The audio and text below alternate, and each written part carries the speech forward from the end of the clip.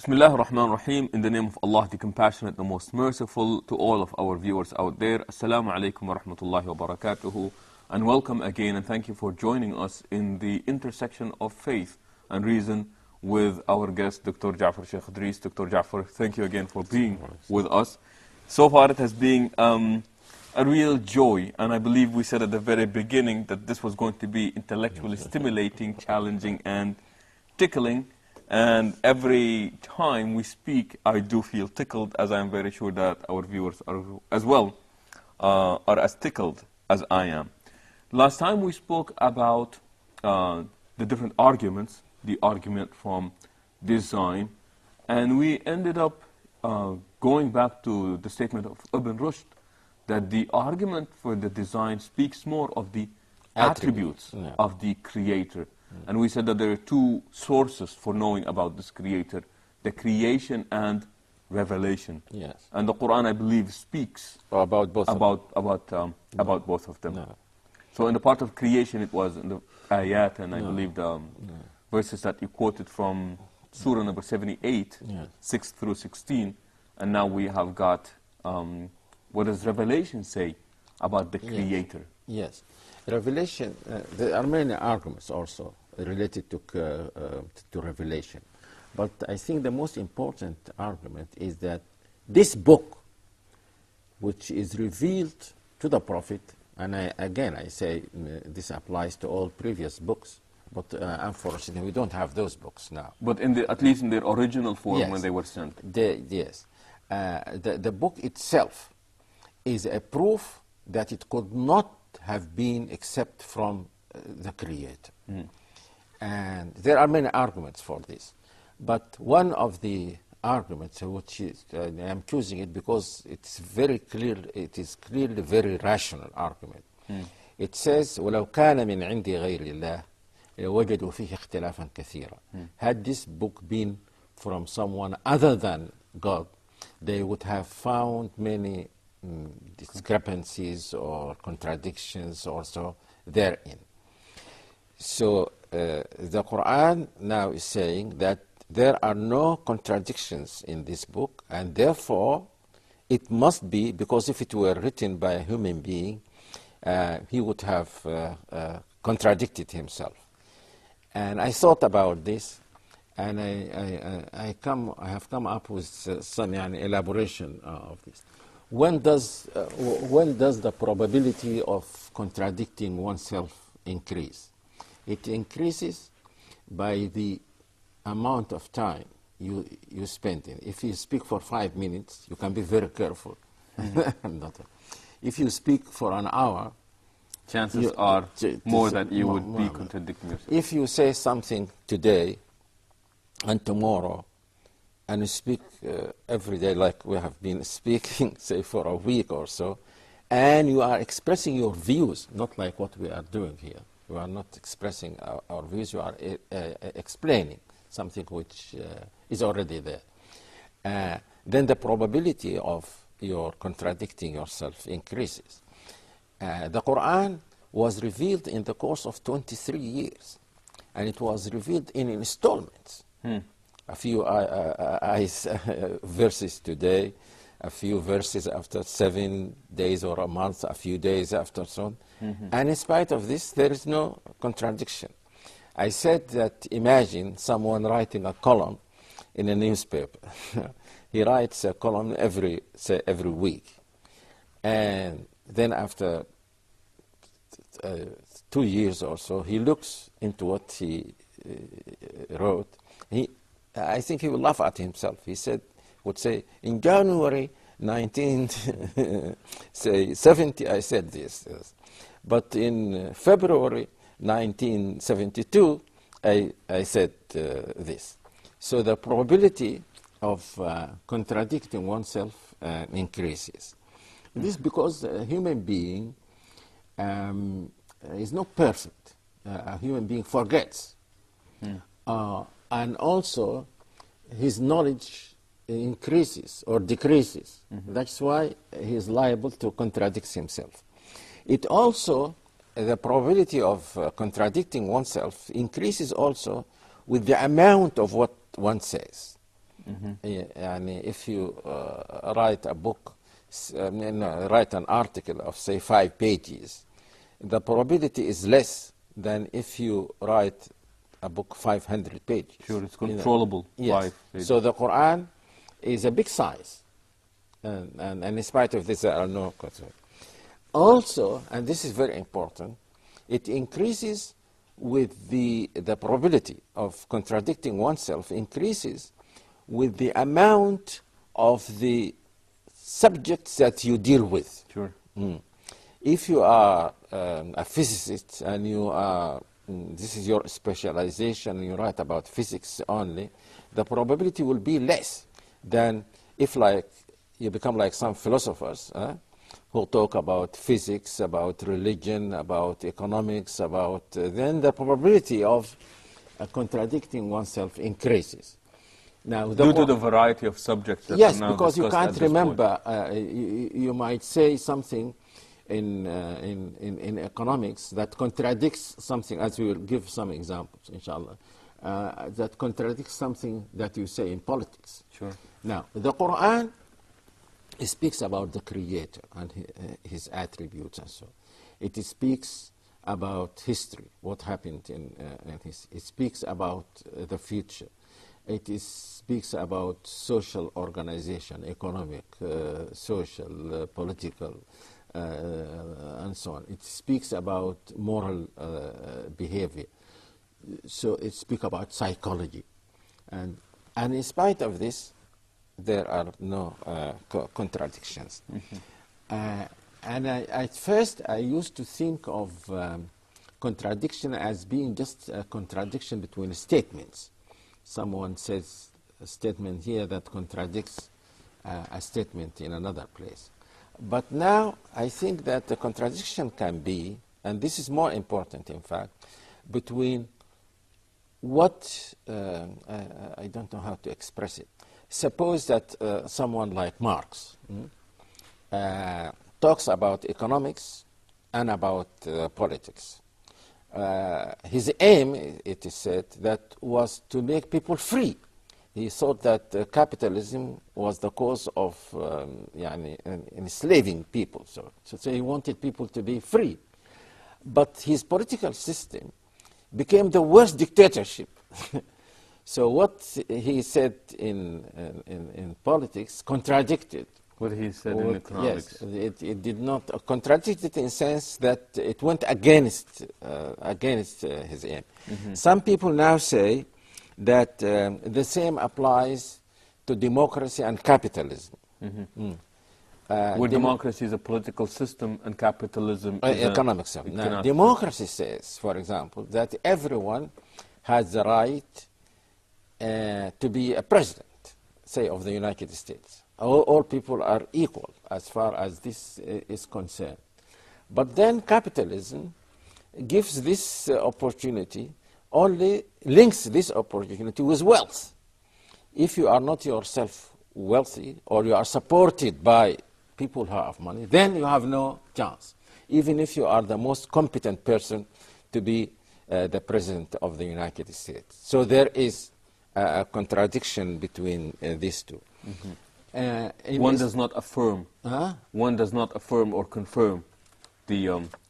It contradicts it in the sense that it makes the claim of democracy void.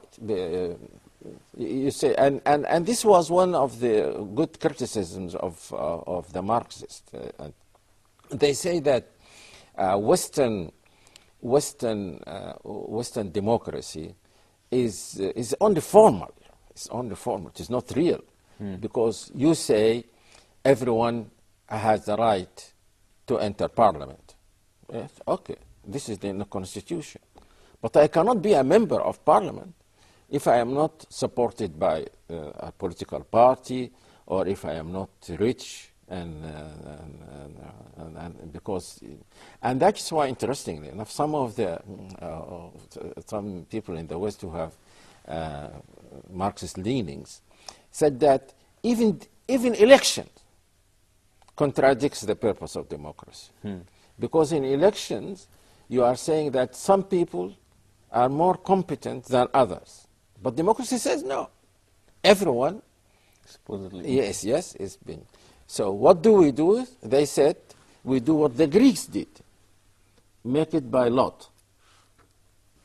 If you just, you say, I want to enter parliament, she says, I want to enter parliament, and then by lot, we choose who enter parliament and who. They say that this is more democratic than elections. Now, in Islam, there is no contradiction of this kind, and I give you some examples. Islam is based, as we said, on belief in the Creator. So everything is designed to strengthen and preserve that belief. Everything. You worship, because without worshipping, you might forget it might decrease or be weak and so on. Social life is organized in such a way that helps you to preserve your belief. And that is why it is very difficult for people like you who live in non-Islamic societies.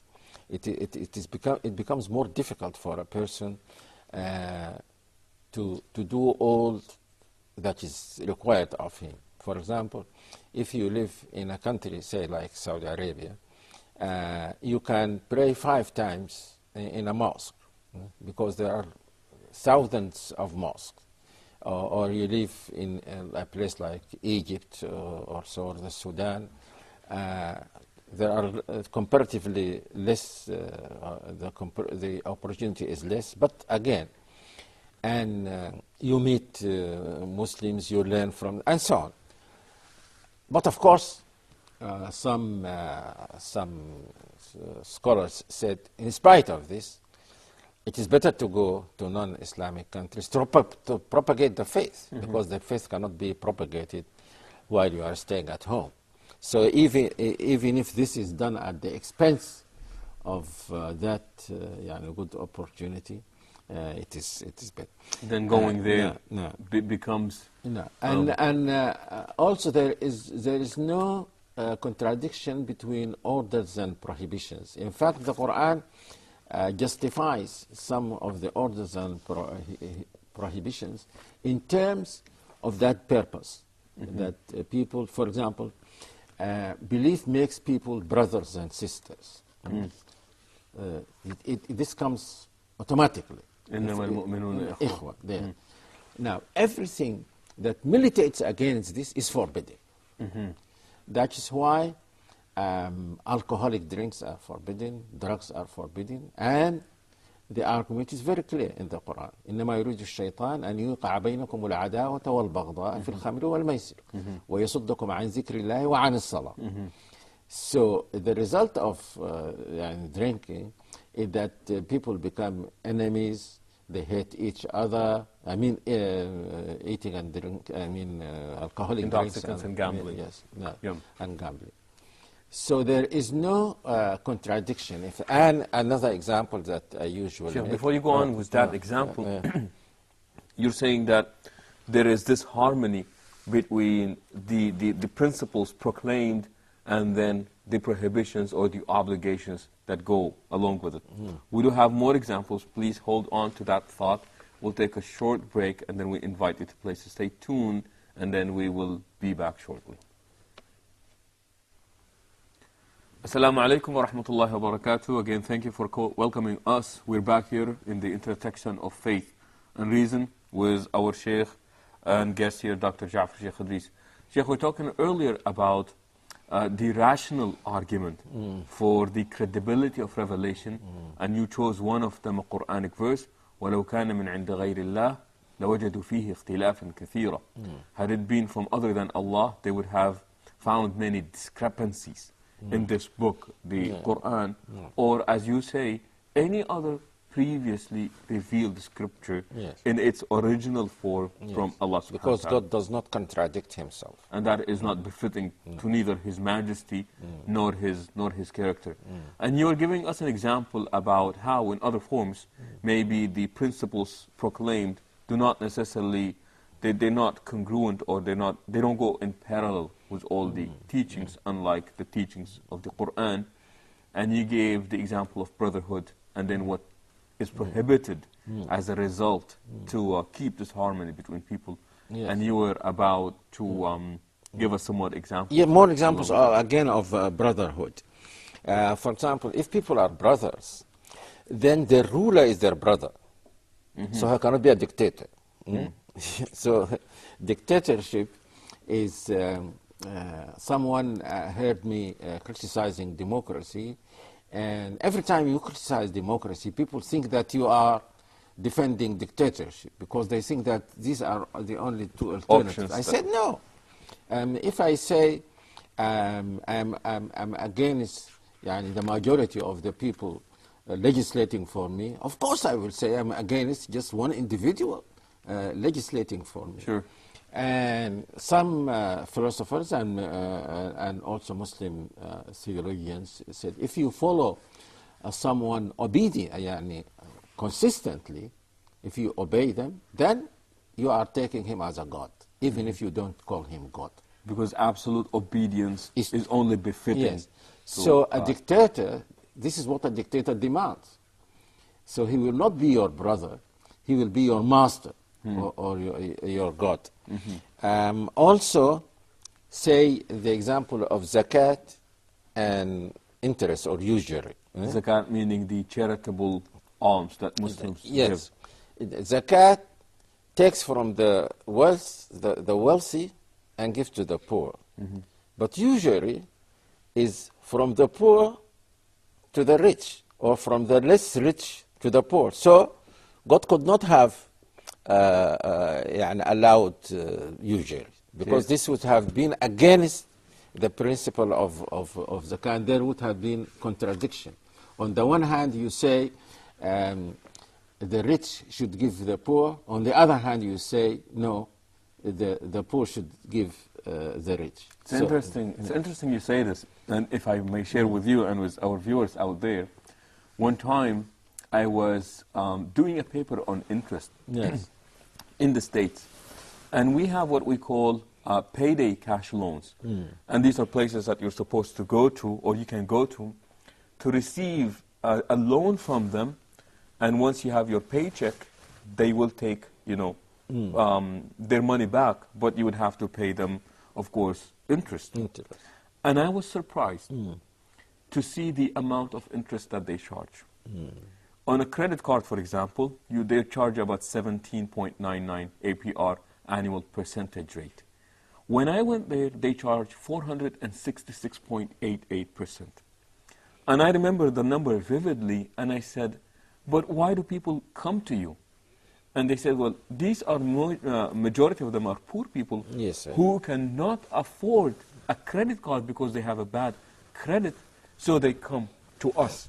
The poorer they're getting, the more interest is being charged. And it makes them more poor. Well, they're not so poverty. the question of their poverty cannot be solved at all. No, never. No. And that's why one learned person directed me to, I think it was a saying of, I'm not sure whether it is a hadith, but I'm sure that it is the saying of one of the companions, and if not a hadith, then one of the companions of the Prophet, perhaps Umar. He said, إِذَا أَعْطَيْتُمْ فَأَغْنُوا. And when you give, don't distribute your zakah just in $10, but give a big amount to someone, make him rich, and then you solve his problem. Next time he will not need any more charity. So zakah is supposed to solve the problem of poverty, not just to help the poor or to make the poor poorer. In fact, one American writer I forgot the name of his book, but he said something, and he's not a Muslim. He doesn't know perhaps anything about Islam. He said that if there was a tax, and he said, I think 3% or something very near to zakat. Either he said 3%, perhaps he said 3%, on the capital of the rich people in the United States. This would have solved, there would have been no poor people in the world. My God. Now, Not in the United States. not in the United States. In the world. In the world. Just 3% of, say, annual, of course, of someone like Bill Gates, or someone second to Bill Gates in the same company, I think. They say that his income is like that of the of Kuwait.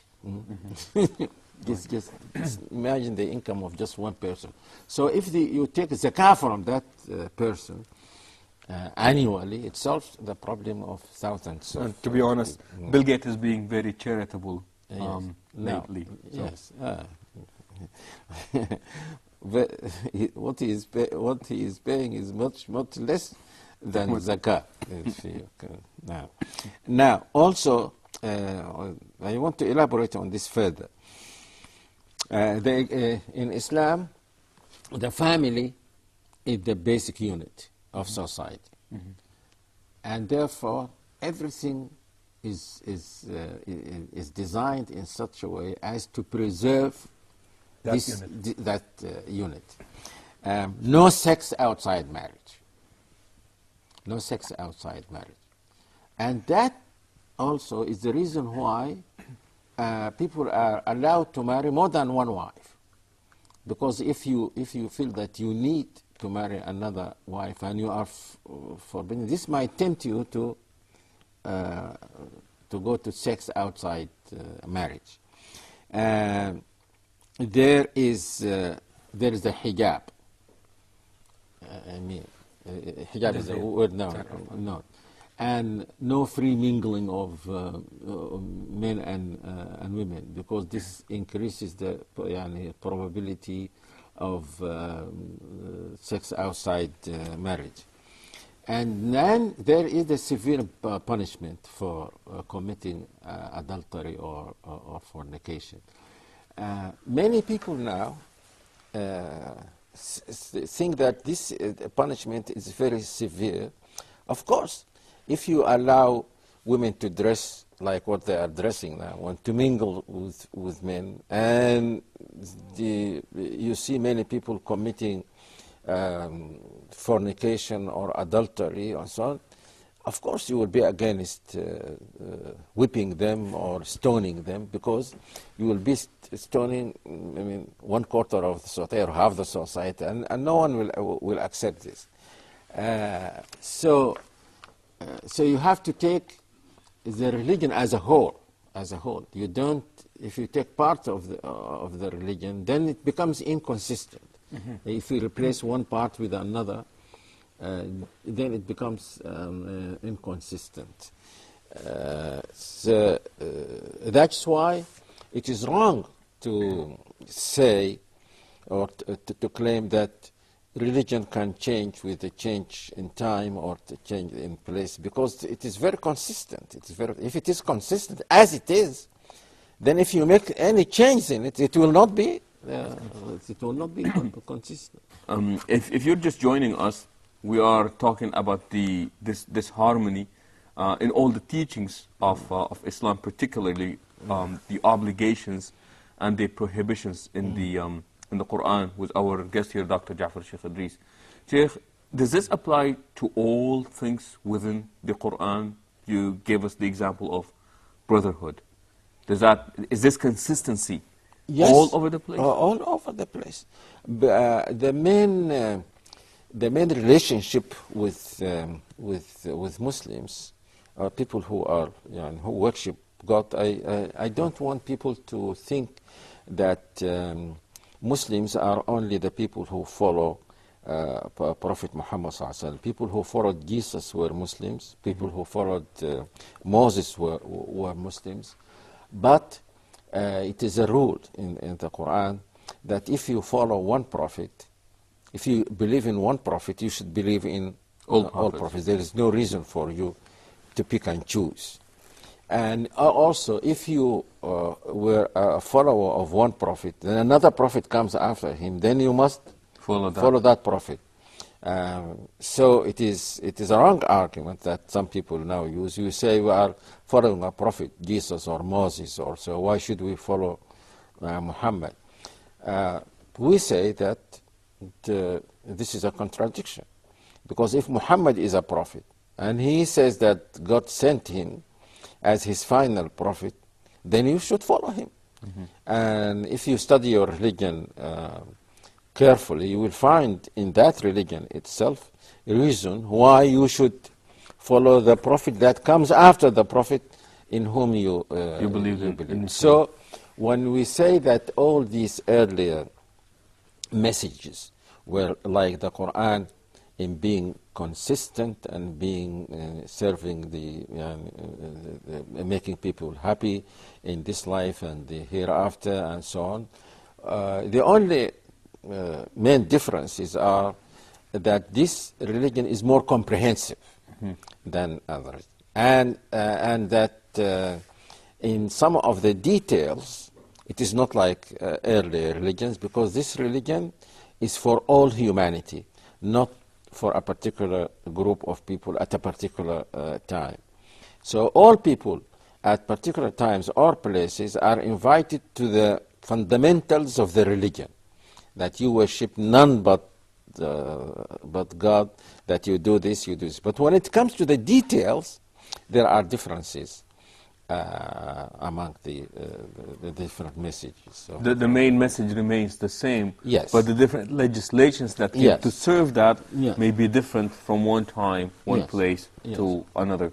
Sheikh Jafar, it's been a joy being with you here in this episode, and we look forward to seeing more of you and hearing more of you in the coming episodes. With this, we come to the conclusion of this part of the program, hoping that you have enjoyed it as much as I did, and hoping that you would join us next time. Until then, we say so long. Assalamu alaikum wa rahmatullahi wa barakatuh.